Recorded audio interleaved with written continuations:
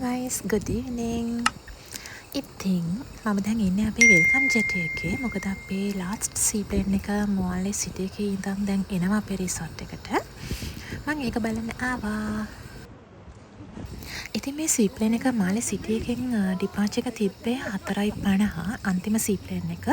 මේක 45 minutes ගන්නවා අපේ රිසෝට් එකට එන්න.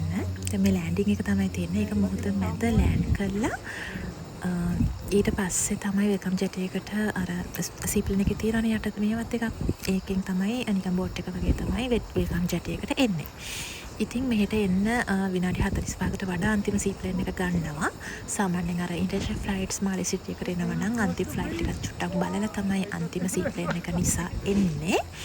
ගෙස්ලා ඔක්කොම අරගෙන තමයි අන්තිම සීප්ලේන් එක එන්නේ. මේකලත් ගෙස්ලාට එන්න බැරි වුණොත් ගෙස්ලාට වෙනවා මාලේ සිටි එකේ ඕන් කොස්ට් එකෙන් එයාලට ඇකොමඩේෂන් අරේන්ජ් කරගෙන ඊළඟ දවසේ උදේම earliest සීප්ලේන් එකට මොර්නින් සීප්ලේන් එකට රිසෝට් එකට එන සීප්ලේන් එකට සම්බන්ධ වෙන්න.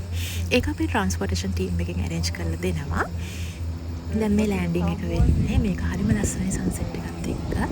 බලන්නකො බලද්දි කියලා හරිම ලස්සනයි. මේකේ ලයිව් සවුන්ඩ් එකත් එක්ක තමයි මම වීඩියෝ එක අප්ලෝඩ් කරලා තින්නේ. හරිම සද්දේ ඈතින් එනකොට රැට එනකොට ඒක හරිම ලස්සනයි. ලයිට්ස් පත්තු වෙනවා ඈතින් අහස උඩින්. ඊට පස්සේ ඒකල ටික ටික සියක මැද්දේ තමයි ලෑන්ඩ් කරන්නේ මුලින්ම. ඊට පස්සේ දැන් තමයි කොරල් පාර කොරල් රීෆ්ස් වලට ඩැමේජ් වෙන නිසා එයාලා අර බෝට් එකක් විදියට තමයි සීප්ලේන් එක මුහුදේ ඉඳගෙන එන්නේ. ඊට පස්සේ අපි වෙල්කම් ජෙට් එකකින් ගෙස්ලා බස්සලා ඒගොල්ලෝ ආයේ මුහුද මැදට ගිහිල්ලා මේ සීප්ලේන් එක නවත්තලා ලෑන්ඩ් කළා. එයාලා බෝට් එකෙන් අපේ ඒ කියන්නේ ඒකේ ඉන්න පයිලට්ස්ලාව හෙල්පර්ස්ලාව අපේ බෝට් එකකින් ස්පීඩ් බෝට් එකකින් එක්කන් එනවා. ඊට පස්සේ එයාලට අපි හොටෙල් එකෙන් arrange කරනවා accommodation, F&B, food and beverage ඔක්කොම arrange කරනවා. room එකකුත් arrange කරනවා. එයාලා ඊළඟ දවසේ තියෙන schedule එකට තමයි ඊළඟ දවසේ උදේ තමයි departure වෙන්නේ resort එකේ. ඉතින් මේ තියෙන ආව සීප්ලේන් එක ඊළඟ දවසේ උදේ ඩිපාර්චර් වෙනවා ට්‍රාන්ස්මෝඩියන් එයාගෙස් වල. මේක තමයි අපේ වෙල්කම් ජෙට් එක. තාම ගෙස්ලා නැගලා නැහැ මේකට. ඔය බලන්නකෝ සීප්ලේන් එක දැන් ටේක් ඔෆ් කරන විදිය මුහුද මැද්දෙන් චුට්ටක් ඈතට ගිහිල්ලා ඈතින් තමයි සීප්ලේන් එක ටේක් ඔෆ් එක ගන්නෙ. ඊට පස්සේ ඈතට ගිහිල්ලා තමයි සීප්ලේන් එක උඩට ගන්නෙ. බලන්නකෝ හරිම ලස්සනයි මේ සීප්ලේන් එකේ ටේක් ඔෆ් එක ඇන් ලෑන්ඩ් එක.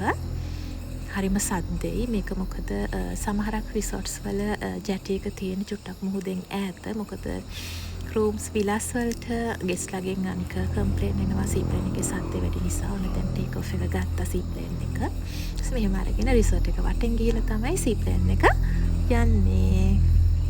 අපිට ඉතින් මේවා හරිම සාමාන්‍ය දේවල්. අපි මේවා නිතරම දකිනවා සීප්ලේන් එකේ සද්ද එනවා. අපි ඔෆිස් වලට පවා මේවා ඇහෙනවා. දැන් ඔය අපේ රිසෝට්ස් වලින් ඈතට සීප්ලේන් එක යනවා. මේක උදේ සීප්ලේන් එකක්. දෙවෙනි සීප්ලේන් එක මම හිතන්නේ ෆස්ට් එක ගියා. ඒකට නම් අපි ඉතින් ඉදි. මේකේ අපේ යාළුවෙක් ලංකාවට එනවා. ඒක නිසා තමයි අපි පොඩ්ඩක් වෙල්කම් ජෙට් එකට ආවියලා එයාව ඇරලවන්න. ඉතින් ටටා බයි. පරිස්සමින් යන්න ඕනේ. එයාලා දැන් අහස උඩ. සාමාන්‍යයෙන් සීප්ලේන් එකක් එන්නේ මාලේ සිටි එකේ ඉඳන් ටිකක් දුර රිසෝට්ස් වලට, දුර අයිලන්ඩ්ස් වලට.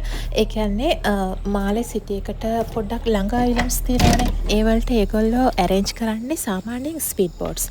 සාමාන්‍යයෙන් ස්පීඩ් බෝට් එකක එනවා නම් මේ දුර ඒ කියන්නේ සීප්ලේන් එකේ විනාඩි 45ක් කියන ස්පීඩ් බෝට් එකේ ඇත්තටම පැය 3ක් 4ක් 5ක් වගේ. ඒතර ගෙස්ලට හරිම අපහසුයි. ඒක නිසා තමයි දුර අයිලන්ඩ්ස් මාලේ සිටි එකේ ඉඳන් ගෙස්ලව ගෙන්නන්න සීප්ලේන් එක arrange කරන්නේ.